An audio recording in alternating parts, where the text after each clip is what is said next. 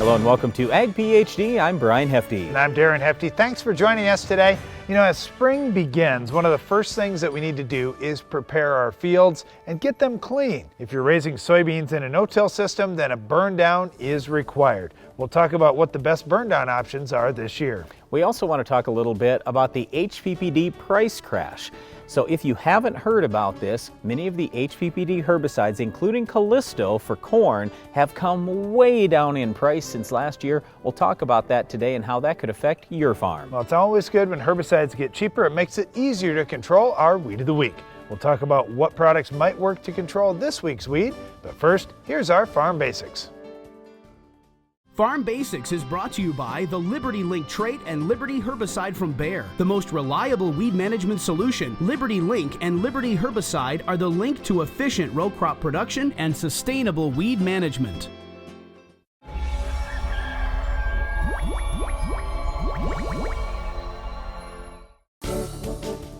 During our Farm Basics time today, we're going to talk a little about the free Ag PhD Spray Tips Guide.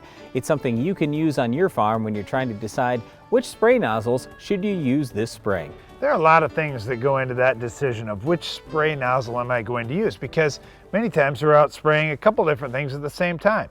So if you're spraying two different products, wow, what do I do?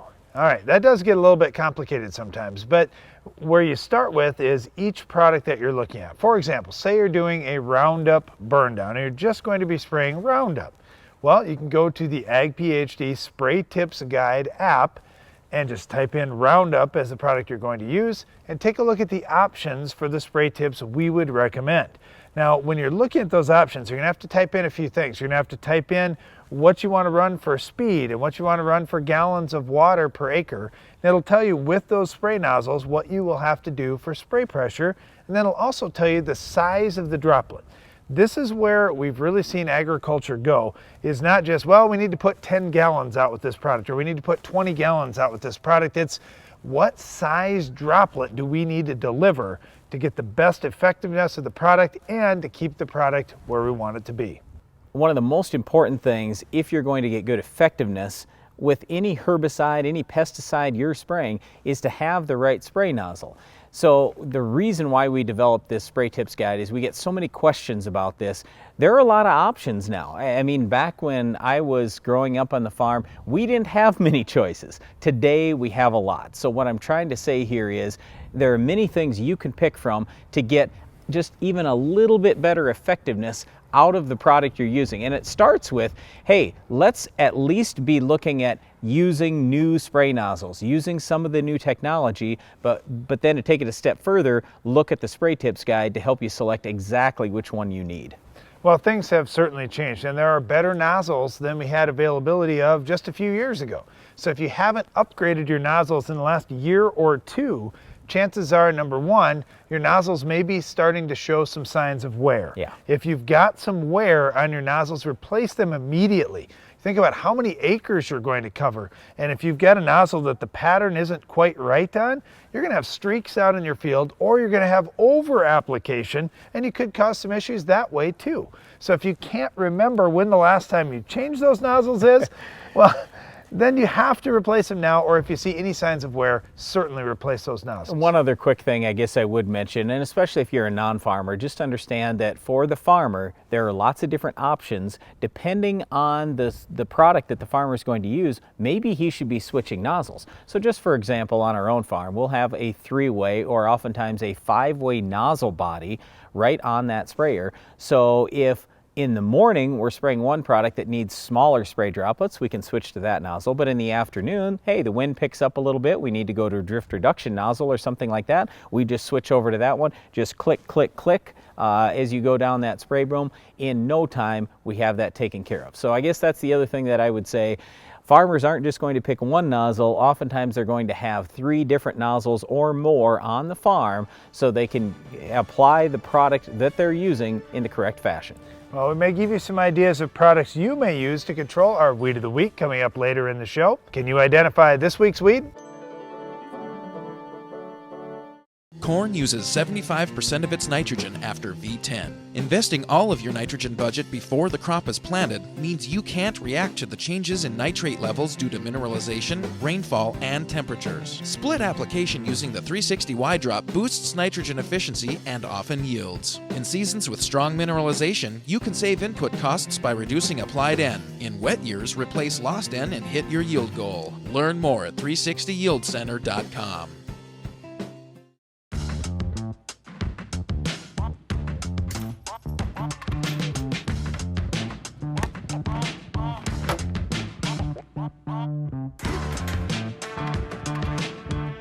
In life, when you put the max in, you get the max out. It's no different for your corn, which is why 40 years of effort have gone into proving that Instinct and N-Serve nitrogen stabilizers do more than just stabilize nitrogen, they maximize nitrogen, so your corn gives you the max in return.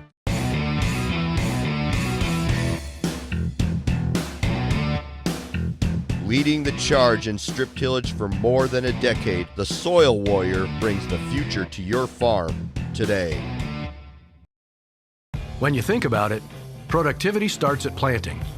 So it's time to rethink how productive your planter can be. We did with the new Case IH 2000 Series Early Riser Planter. We rethought your row unit so it's tougher, more accurate. We rethought your meter, took the most precise technology, factory installed it. We rethought every inch of the Case IH Early Riser Planter to make it the most productive planter around. And if you think about it, that's exactly what you want.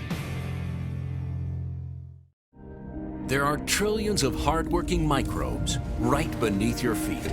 Today, Monsanto BioAg is harnessing the power of microbes, creating microscopic farmhands that help plants access nutrients, enhance root and shoot growth, and handle stressful conditions throughout the season, protecting and maximizing your yield potential. We're turning 500 trillion microbes into 500 trillion new farmhands, ready for work. Nature, it's powerful technology. We started utilizing the Dual React system this year. You can adjust your speed and it automatically adjusts your sprayer tips. So you can slow down and you aren't building up huge droplets, or you can speed up and you're not throwing a mist that's drifting.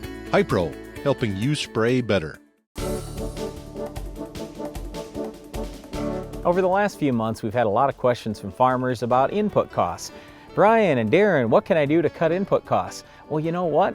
Those costs have come down without you even doing anything. Fertilizer prices are down, fungicide prices are down, insecticide prices are down, and the other really big piece of news is just here in the last couple of months, we've seen the HPPD prices continue to move down, especially products like Callisto. All right, there's good news here. Prices are lower, so it's going to cost you less to kill the weeds on your farm this year, but the downside is this. Why are these products going off patent? Because it's been so long since we had a new product come on the market. Think about this. When is the last time we had a new chemical family come out? The HPPDs are the newest chemical family that we've got. Now they're starting to go off patent too. I think the HPPDs are a great chemical family, but not overusing them is going to be one of the big themes that you'll hear today. Hey, we can use these products, but just because they're cheap doesn't mean we want to overuse them. All right, let's say that you haven't been using an HPPD product before. Now that the prices have come down so much, and I don't care if we're talking Callisto, generic Callisto, Loudus, whatever, all these prices have come way down. And by the way, if you say, well, wait a second, I bought back in December, the odds are pretty high you're price protected. I'd go back in and talk to your dealer right now and make sure you're getting the low price since everything came down here in the last couple of months. But anyway, if in the past you were spending $10 or $15 an acre, now you might only be spending $5 or $7 an acre, something like that, for a high rate or a good, strong rate of an HPPD product. If you haven't been using one of these things before, it probably is something you should look at incorporating into your program if you can. There certainly are some drawbacks, though, to the HPPDs, and the one that I can think of in particular is potential carryover. So with HPPDs, they have some soil residual. Rotating between corn and soybeans and for the most part wheat, not a real big problem. But there are some specialty products that you have to be careful with, and you're not going to be able to rotate to every crop that's out there. So I guess that's the first thing. Talk to your agronomist, take a look at the label, and make sure you're using these things when appropriate. All right, if you haven't been using HPPDs, maybe it's not just price. Maybe there was something else, like, for example, viney type weeds. I know in our area, field bindweed is one of those weeds that we just don't do a very good job on with the HPPDs. We strongly prefer status if we've got field bindweed out there or any of the viney type weeds. The HPPDs just aren't as good. They're great on some of the large seeded broadleaves. I love them on velvet leaf, for example. It's probably the best corn herbicide for velvet leaf. But there are some there are some weeds that the HPPDs are weak on. So again, talk to your agronomist. Don't just say, well, hey, they're cheap, I want to use them. Make sure it's the right choice for your weed spectrum. Yep, and then the other big thing is just simply overuse. Like Darren had said earlier, we just get concerned about guys that are going to use an HPPD pre and then follow again post-emerge because, well, the HPPD is the cheapest option post. It might be, but there's a good chance you're going to develop resistance pretty quickly if you're using it time and time again. So if you want to use an HPPD pre, our advice is do not use it post. If you want to use one post, our advice is do not use one pre. One other thing to keep in mind with HPPDs, the overuse may not just come from corn. When you look at wheat, for example, if you've got wheat in your rotation, if you're using Husky or Talinor, those have an HPPD component. Now they also have some Buctril in there, so it's not just HPPD, but it's something to keep in mind if you're using a lot of HPPDs repetitively. Or in the future, if you're using balanced bean, for example, in soybeans, there's a new trait coming out where HPPDs can be utilized in soybeans as well. You may talk with your agronomist as these new things come to say, okay, where would be the best spot in my program and in my rotation to utilize HPPDs? All right, so again, the reason why we're talking about this today is because in the last couple of months we've seen these prices come down dramatically. Callisto, I mean, it's half price of what it was just a couple of months ago. So that part's awesome, and we love the HPPDs. It's just this should be a part of your corn herbicide program, not the entire thing. So make sure you're mixing up modes of action, using things other than the HPPDs. But if you haven't been using an HPPD, you definitely can save some money in many cases by using this somewhere in your corn herbicide program. Well, one time you will not be using HPPDs is trying to control our weed of the week. You'll need to pick something else. We'll show you what works best coming up later in the show. For lower costs, higher production, Mandico Agri leads with versatility unmatched. Twister is the vertical tillage unit for no-till as well as conventional tillage. Avoid costly downtime with Twister's ease of maintenance. Its unique Coulter suspension allows it to follow the contour of the field yet remain forgiving in rocks. Our hydraulically adjustable Coulter angles mean you never leave the cab, making residue management easier, more efficient. Spring or fall, the Mandico Twister is the new leader. Check with your local dealer or visit mandicoagri.com. Introducing the SoilMax ZD48, the newest addition to the SoilMax Gold Digger lineup. The first plow designed for smaller class tractors, the ZD48 has been tested on tractors weighing between 10,000 and 16,000 pounds with excellent results. Designed for row crop farms, vineyards, irrigation, and specialty crop farms. The SoilMax ZD48 will install tile up to 48 inches deep as well as install 3 or 4 inch tile. The ZD48 truly opens up the world of tile installation to more farms than ever before. We love the quality, we love the construction. We're looking forward to working with Morton in the future. They have this down to a science. They know exactly what you want. They know how to make it happen. It's an easy process. I would definitely recommend Morton. From the first time I met the salesman to the last nail that the crew put in, it has been a positive and professional experience. I'm so happy I found Morton because they just make the job so easy. Find the building of your dreams at mortonbuildings.com.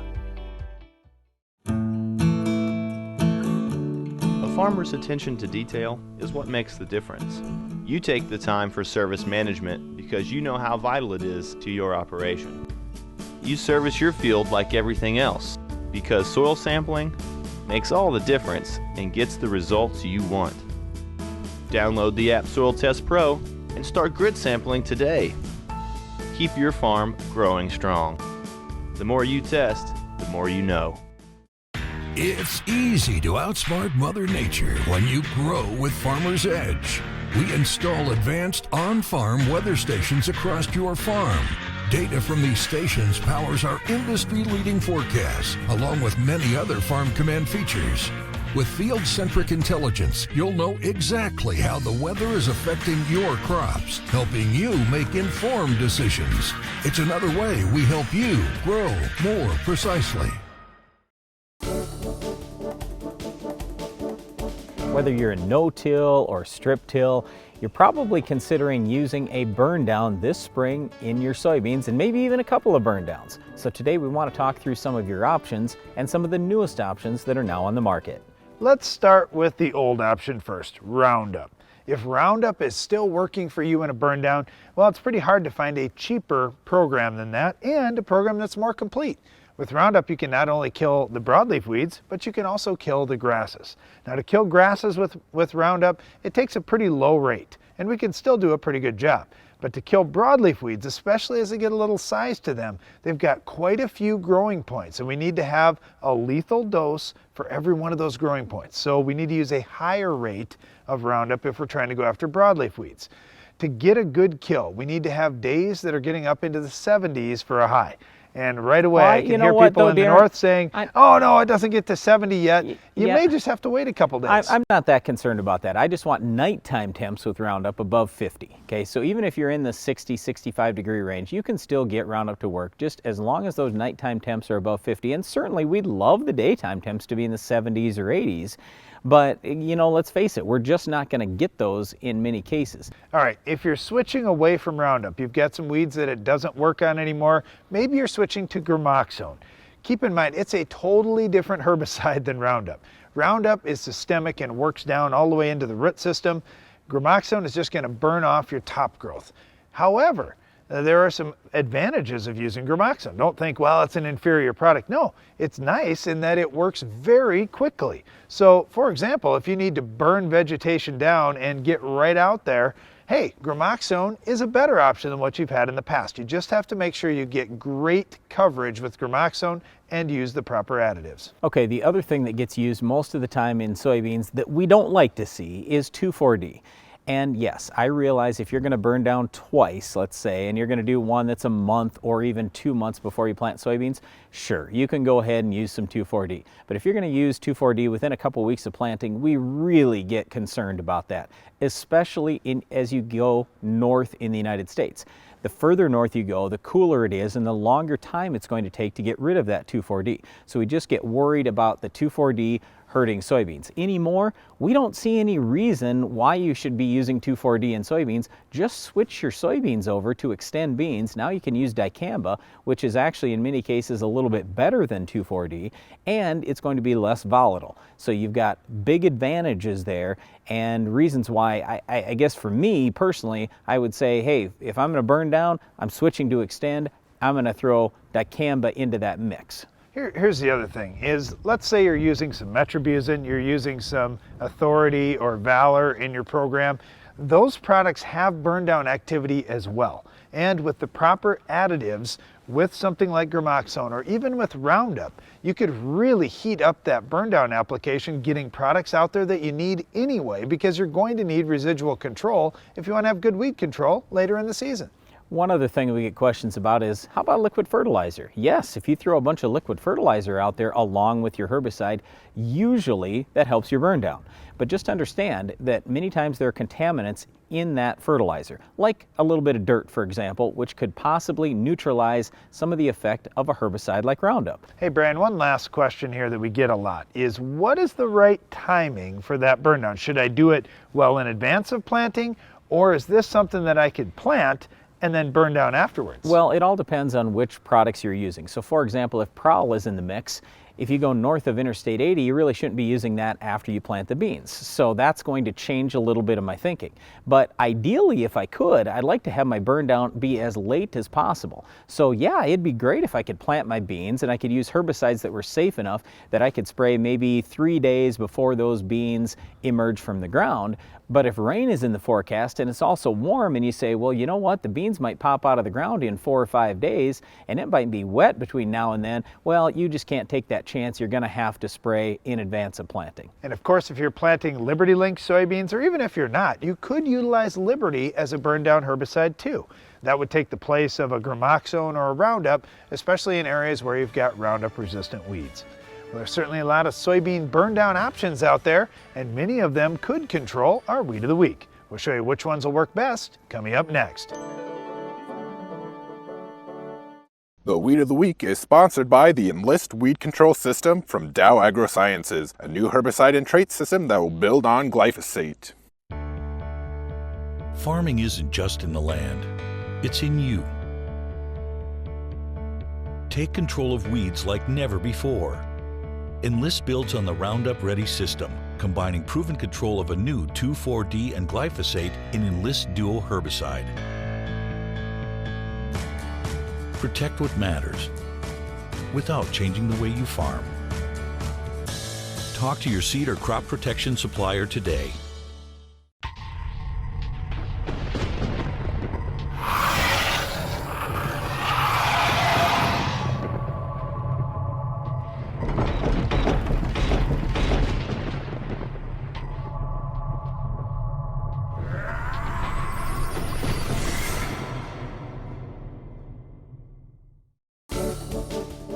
Our Weed of the Week is volunteer wheat.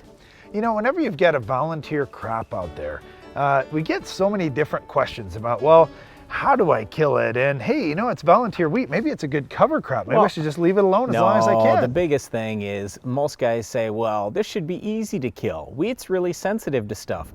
Well, as a crop, wheat can be sensitive to a little bit of yield loss. But the problem is that volunteer wheat is usually pretty tough. And early in the spring, when weather conditions are cool, you know what? You're going to maybe have a difficult time here unless you use a good, strong rate of the right product. Well, there are a lot of herbicides out there that do control grass. The first one that we hear oftentimes is Roundup. Well, what do you think about Roundup for controlling volunteer wheat? Yeah, but let me first step back for a second. We were just talking about burn down options, and there are a lot of people I hear now saying, well, you know what? I don't even need Roundup anymore. It doesn't work. Well, it doesn't work on a handful of weeds, but on 99% of weed species in the United States today, Roundup is still excellent. And Roundup is excellent on volunteer wheat, but the trouble is if you're going to compare volunteer wheat to a foxtail plant, it's a whole different deal. I can go kill a yellow foxtail plant with 8 ounces of Roundup, maybe 10. Okay, I mean, it's going to take at least 2 or 3 times that much if I'm going to go kill volunteer wheat early in the spring when it's cool. Well, the good thing is if you've got some broadleaves out there and also some volunteer wheat, chances are you're going to start with a high enough rate to control the broadleaves, and if you're using a high enough broadleaf rate, you're going to do okay on volunteer Well, wheat. yeah, that's nice to say, but a lot of people now are throwing in dicamba. Many people are switching over to extend beans, which we are too on our strip till acres for sure.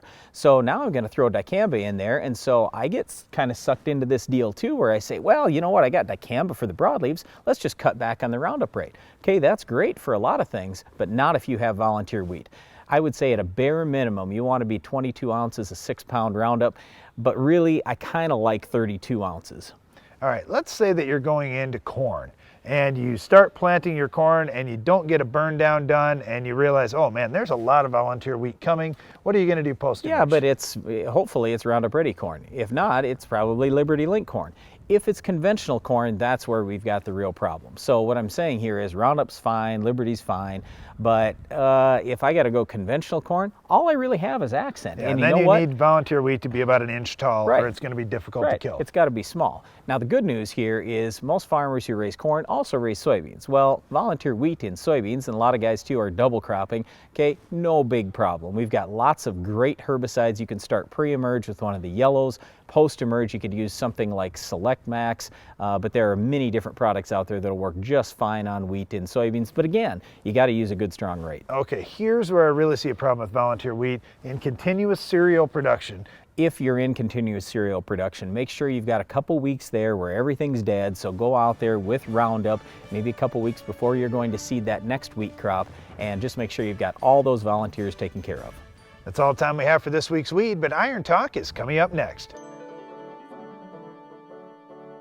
One of the biggest yield limiting factors on farms is even crop emergence, and only one closing wheel will get your growing season started right. Furrow Cruiser spiked closing wheels from Copperhead Ag are proven to yield better than standard rubber tire and cast iron closing wheels in all conditions. With yield gains that give you a return on investment the first season, there's no reason to run a standard closing system again. Visit copperheadag.com today to get your 2017 growing season started right. Are you looking for an easy way to apply dry powdered products to your stored grain? Do you want to use the applicator recommended by industry leaders for products like Diacon D and other dry powder products? Changing Time CT applicators successfully apply a diversity of products quickly, easily, and accurately. The innovative CT applicators are designed to give you the most accurate application of products such as talc, inoculants, fertilizers, and other dry products. For commercial use or on the farm, you need the applicator industry leaders are using. CT applicators for the changing times. We love the quality, we love the construction. We're looking forward to working with Morton in the future. They have this down to a science. They know exactly what you want. They know how to make it happen. It's an easy process. I would definitely recommend Morton. From the first time I met the salesman to the last nail that the crew put in, it has been a positive and professional experience. I'm so happy I found Morton because they just make the job so easy. Find the building of your dreams at mortonbuildings.com. Sometimes getting the yield you want means you need a whole new game plan. Think about it. When the older conventional fertilizer you've been using goes head-to-head with tough soil conditions, they can get all tied up before they ever have a chance to score. That's when it's time to regroup. Time to send in the A-Team. AgroLiquid isn't like other fertilizers. Their nutrient-balanced products stay in the soil in the right formulations in just the right amounts. And because of AgroLiquid's unique chelation technology, you wind up using less and seeing more in your yields. So you could wind up having one heck of a championship season. Make a smart start with AgroLiquid. To find the closest nutrient coach near you, visit agroliquid.com. Tired of that old warped poly boom ruining your spray applications? Express Boom from Hypro is a fully assembled stainless steel boom that ensures an even application of chemicals every time. Don't wait another season, upgrade today. Hypro, helping you spray better. Iron Talk is brought to you by Case IH. The AFS Connect Farm Management System from Case IH connects you, and only you, to the information you need most from your equipment, from anywhere, at any time. AFS Connect, only from Case IH.